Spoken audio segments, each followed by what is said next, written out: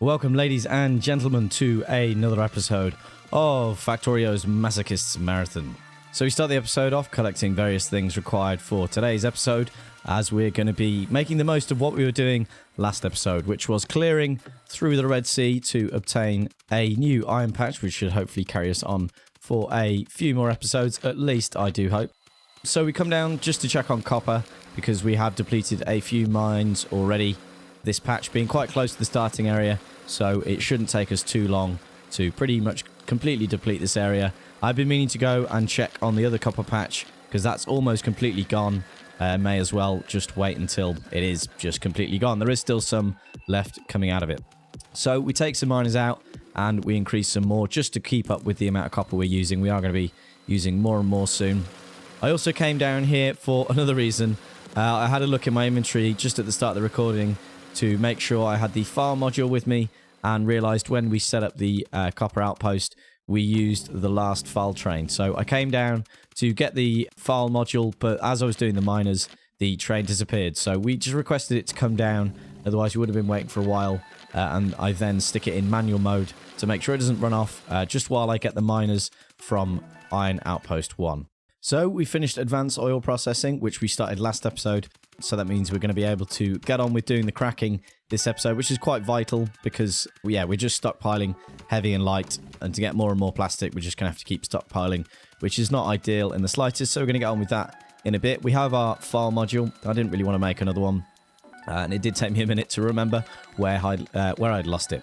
So I did have a look again at trying to turn off the new picker option, which turns the last item into a ghost, which I did find in the main menu. I just didn't think very much about it because it was in the by player section of the mod menu. Because I'd done it in the menu, it didn't affect this player or something weird. And then after this recording, I played around with it again. Didn't save the game, still didn't work.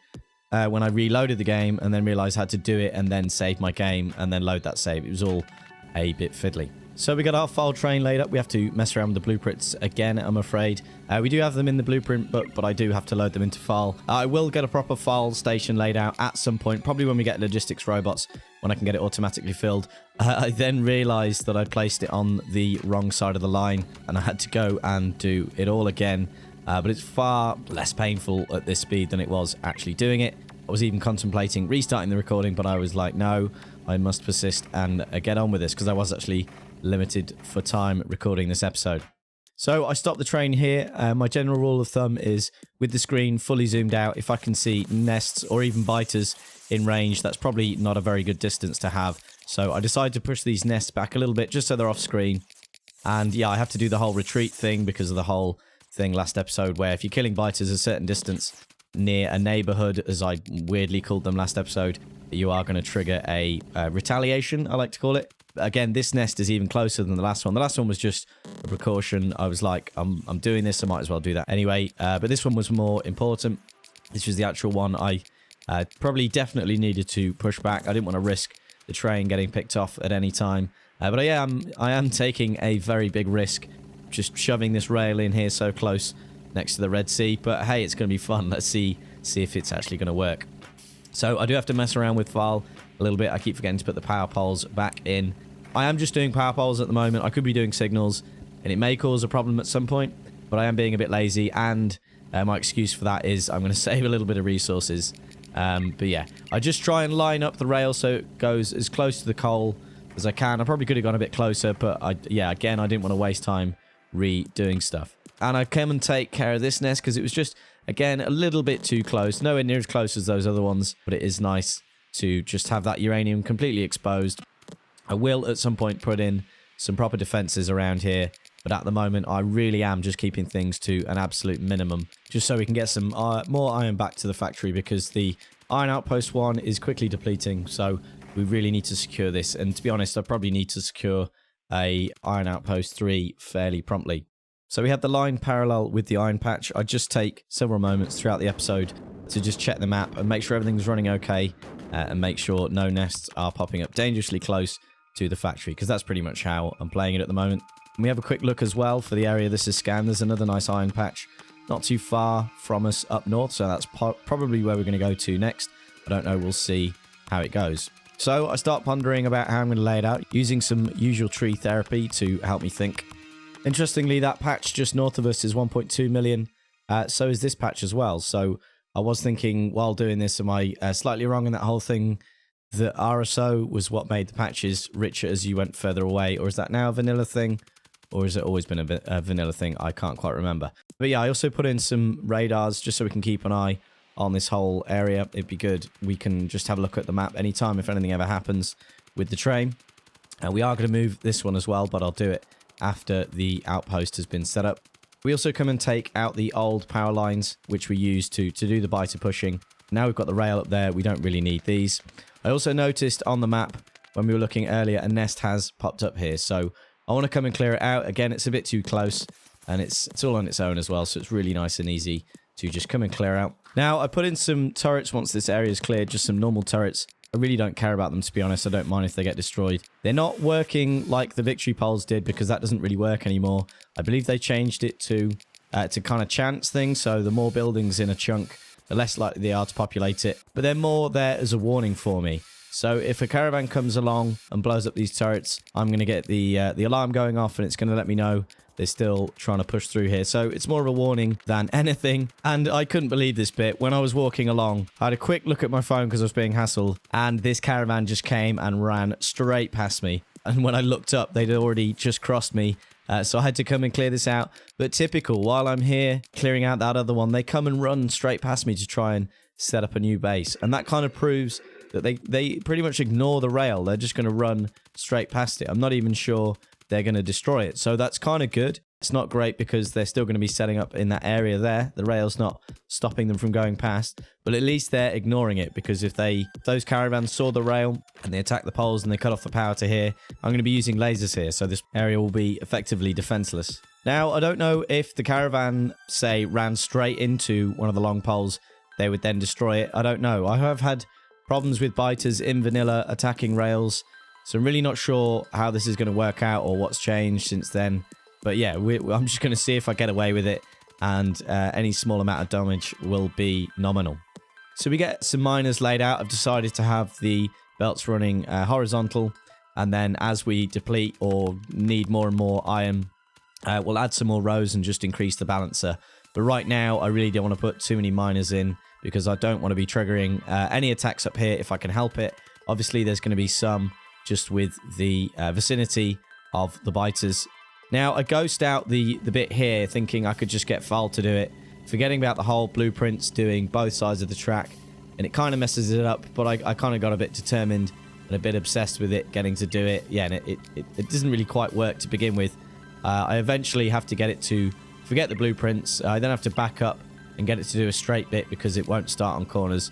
And to be honest, if I'd just done it all manually, it would have been way quicker. But the problem is we trigger an attack. So we have to quickly rush down in the train, clumsily plonking some laser turrets in as well.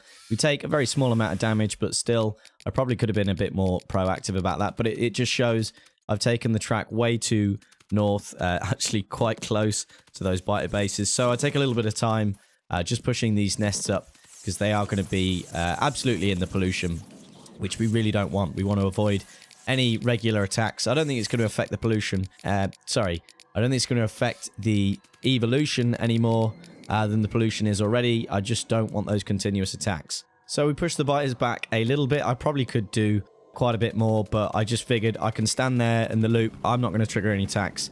Hopefully a train won't, and we'll just play it by ear, really. And we rename the station from Lorenzo Raindrop, I don't know if that's how it's pronounced, but to Iron 2. And for some reason, I'm going for Roman numerals instead of just numbers. Don't ask me why, I just kind of felt like it was fun. I think I did it in Bob's Angels, but there weren't as many stations as we're going to have here. And I guess it's just going to be fun. I don't know why, but yeah, at some point we may change the numbers, or I might just stick with the Roman numerals. So I start laying out the inputs for the station, and when I finish with the loader, I realized the whole thing is one space over. If I had robots, this would be nice and easy to fix in just a few seconds, but I have to take out half of the belts and lay it out again. And yeah, that was quite a big derp, but I really wasn't paying enough attention. So we get the balancer back in as close as I can to the inputs for the train. I'm going to take out those last two splitters because we don't really need them in this case.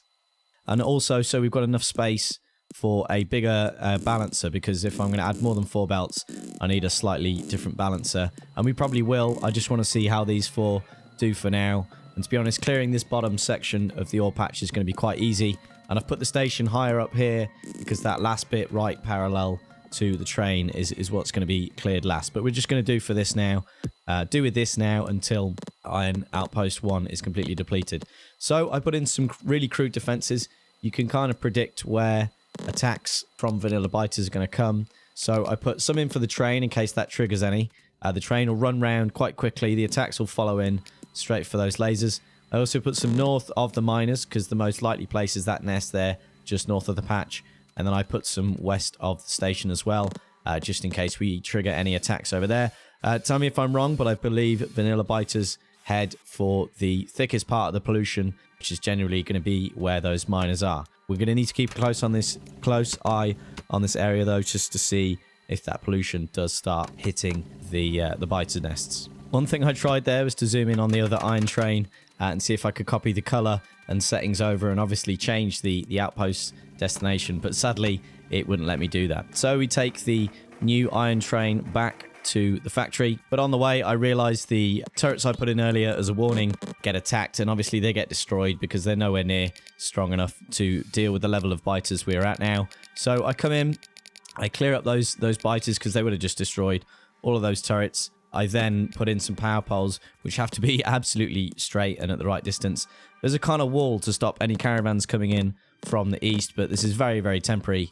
I'm going to have to come up with an action plan very soon to decide how I'm going to deal with the biters expansing into the factory, because very soon it's going to get to the point where they're just constantly going to be throwing themselves at various stuff, and it's going to get very annoying. So I need to clear a proper perimeter around the factory. So now we're going to get on with the cracking.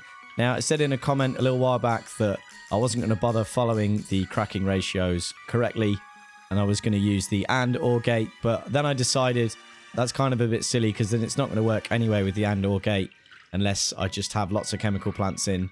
But then I'm going to be using too many in some places or not enough in others.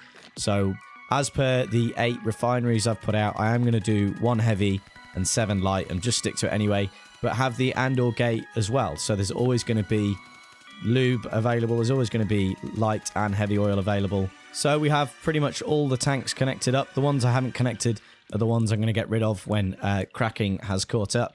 So we have 2 pumps for the heavy cracking.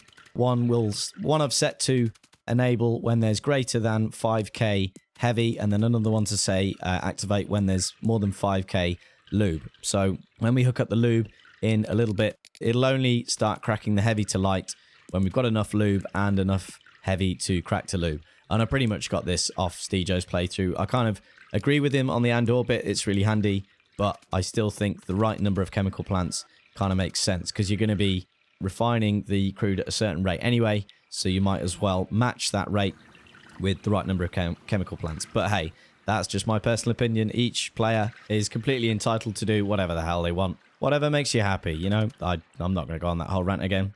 So we just mess around with the pumps just to make sure that is going to work. And then we start laying out where we're going to have the lube done. But I keep running out of iron.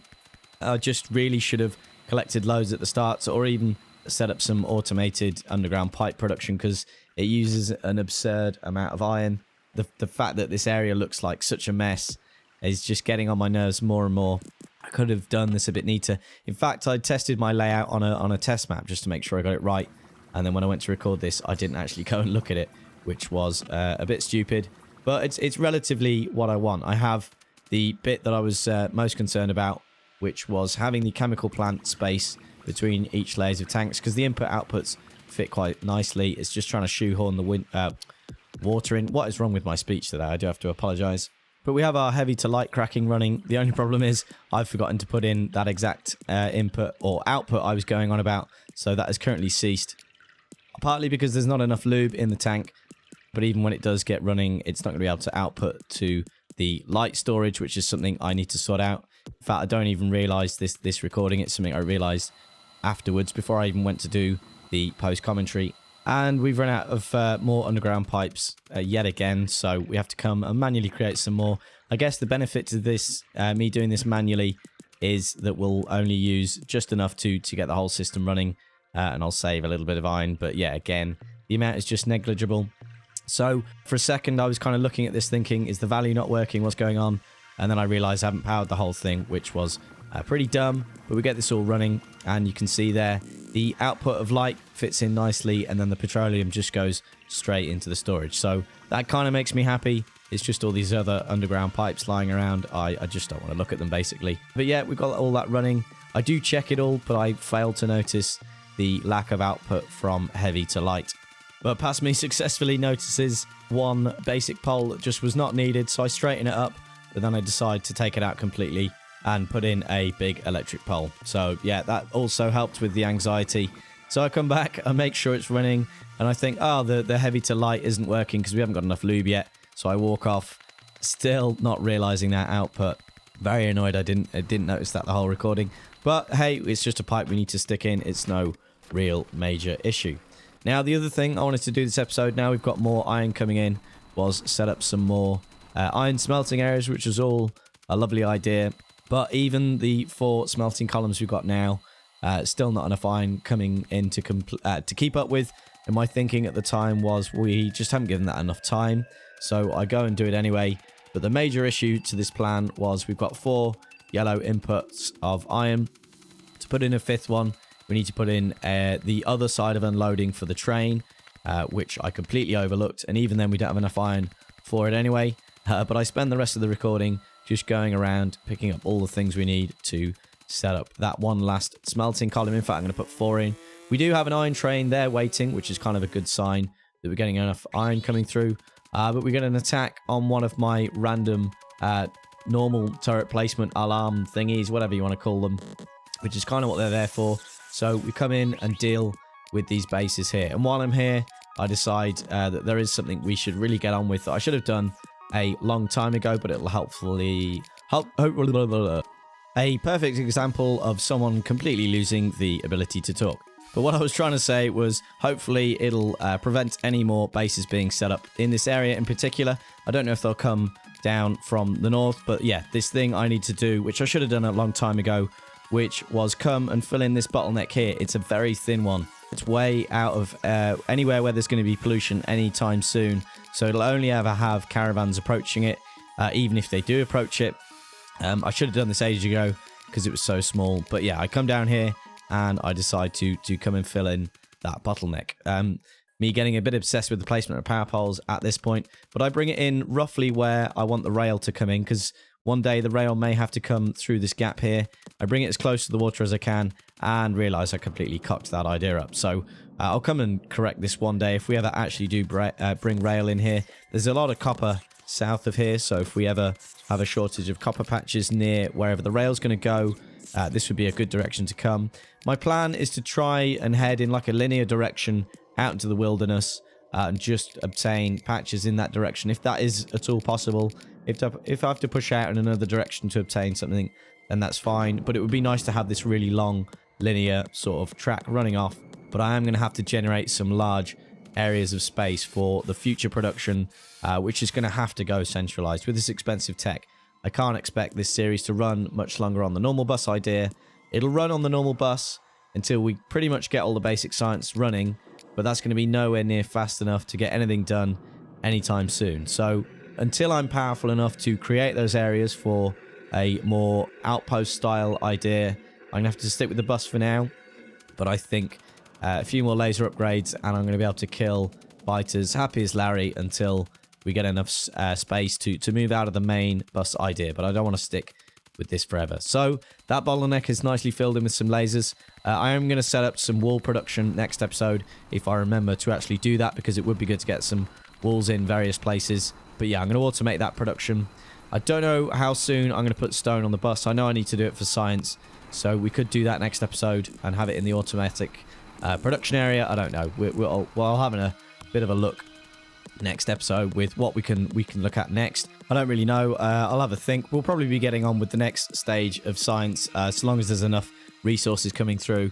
I may need to put some more iron miners in because Iron Outpost 1 is looking pretty thin, and the initial starting copper is pretty much about to run out. So we have laser turret damage completed, which is absolutely great. That's going to help me in my endeavors to slay every biter on the planet. So the next thing I set up is laser turret shooting speed, just because these I think are the most important updates I could be doing. At this point I realize I haven't got a belt of iron to actually feed this thing with, and I realize, yeah, I should probably stop. I don't bother laying the rest of the area out. But yeah, I need to get these upgrades done because my only ability to obtain resources really at the moment is with the lasers. And it's kind of a race against the evolution factor. It's the time and the pollution as well, both pushing it up very quickly, and me killing biters pushes it up even more. But if I don't kill biters, then I'm not going to have the resources to do the research. So I have to get on with that so we can carry on with the series.